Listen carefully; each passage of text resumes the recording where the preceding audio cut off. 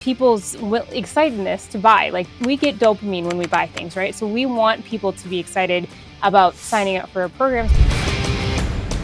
What's up, everybody? Welcome back to another episode of the Decision Maker Show. And today we are talking about my favorite types of funnels that I am building in my business, that I'm using to operate everything inside of my business, bring in all of the leads for our various different levels of programs. And there are 4 different types of funnels that I want to talk about today. One of them is my favorite type of funnel, which I've been talking about for 3 years, and that is the tiny offer funnel. Next, we're going to talk about membership funnels, how to get people into your reoccurring membership, application funnels, and why they're important, how to launch a funnel that is purely for the purpose of getting people to apply for your highest ticket programs.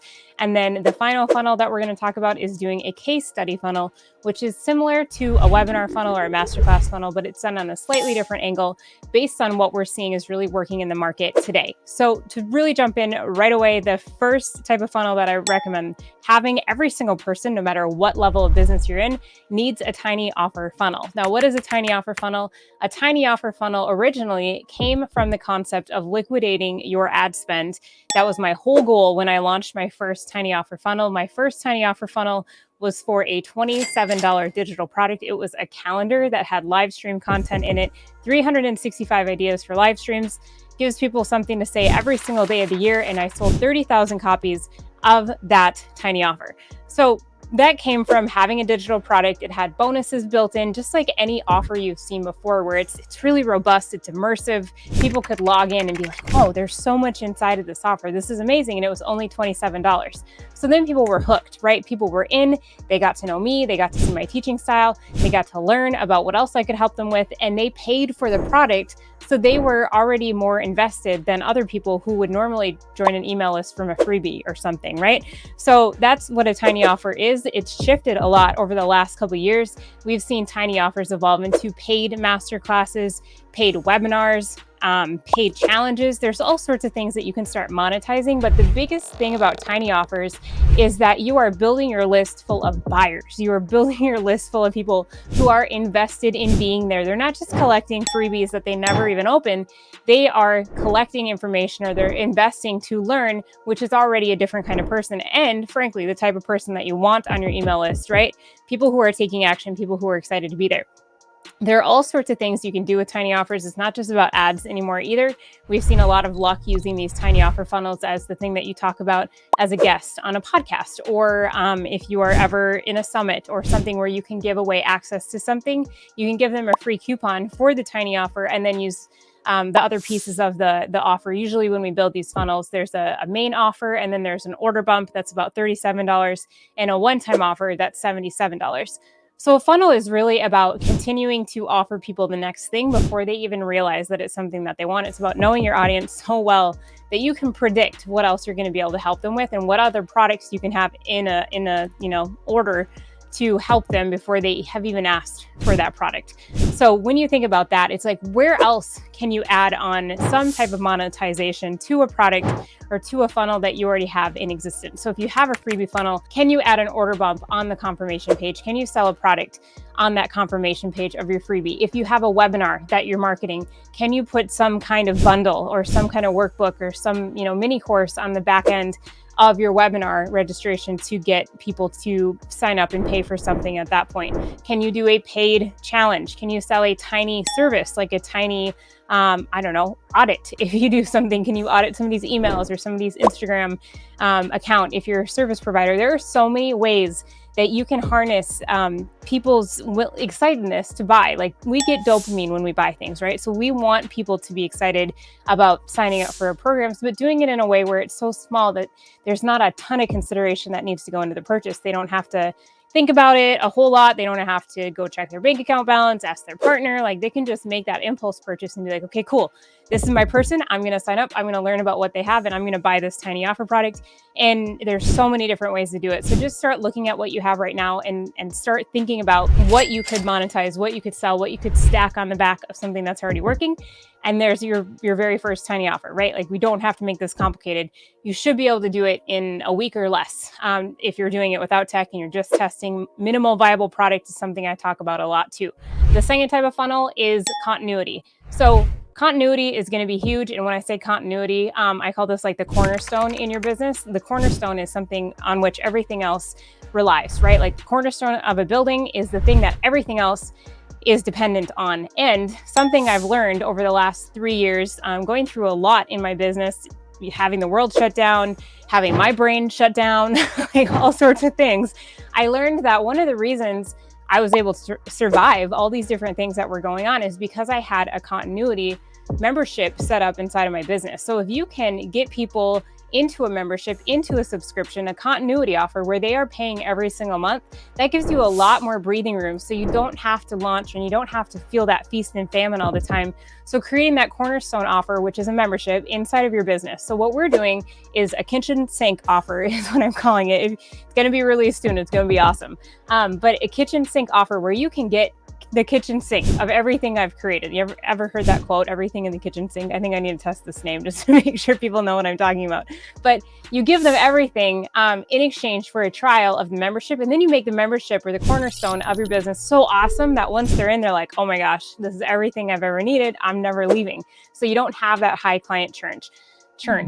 So making sure that you have a cornerstone set up and a tiny offer. The third thing that I recommend having if you have any sort of higher ticket in your business is an application funnel. Application funnel, super simple, right? Like you have some kind of form, could be a Google form. We use Woo Forms in our business. I have no idea where we found that tool, but that's what we've used for a long time. Woo Forms, ask them a few simple questions.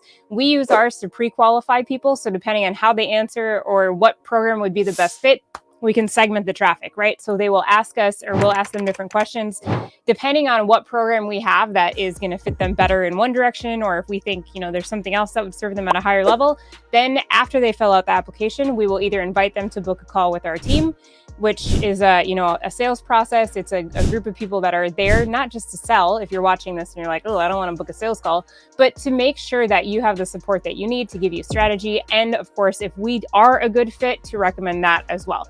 So I recommend having that application funnel in your business, especially one that can segment people to multiple offers. If you have multiple offers in your business, you want to make sure that you are always presenting the thing that makes the most sense for the buyer next after they fill out the application. And finally, the last funnel that I recommend launching, I've seen great success with this for many of my students, and something I'm working on myself, is a case study funnel. So the case study funnel is kind of like a webinar or a masterclass, but people are on to webinars and masterclasses, right? Like, we're smart consumers. We know that you're going to introduce yourself for like 20 minutes and then give 10 minutes of value and then pitch for the last 30. Like, people understand that's the process. And frankly, I think people are kind of sick of it. So anything that can be a pattern interrupt, it can be different. It can still get the same point across. Ultimately, a webinar's goal is to shift the watcher's views on things, right? And shift them in a way so that your product makes sense at the end. That's the whole goal of a webinar, is to make sure that people see things differently, learn something new, have a new viewpoint where your product is the new solution. So that's why they do masterclasses and webinars in the format that they do, right? Like, everything is based on belief shifting. But if you can really double down on results that you've gotten for existing students and you can do a case study instead, our attention spans are a lot shorter than they used to be. We used to get, 60 minutes. I used to do webinars for like 2 hours and people would stay the whole time. It's crazy. I don't think that would happen now, but point aside, now all you need to do is create like a 20 to 30 minute case study going through stories of your customers. And if the watcher can identify themselves in the stories that you're sharing, that's going to create that same transformation that an entire 60-minute webinar would be in a much more condensed format. So you're sharing stories in the form of case studies, and you can automate it. So you can have it a video that shows up, you can run ads to it. I know a guy who doesn't even pay for any ads at all. The only type of traffic he gets is by paying other Instagram accounts to shout out his case study on their stories. And he gets enough traffic from that he doesn't run any ads. All he does is this shout out method towards his case study video. It's amazing. So that's really a different idea that I think a lot of people aren't doing.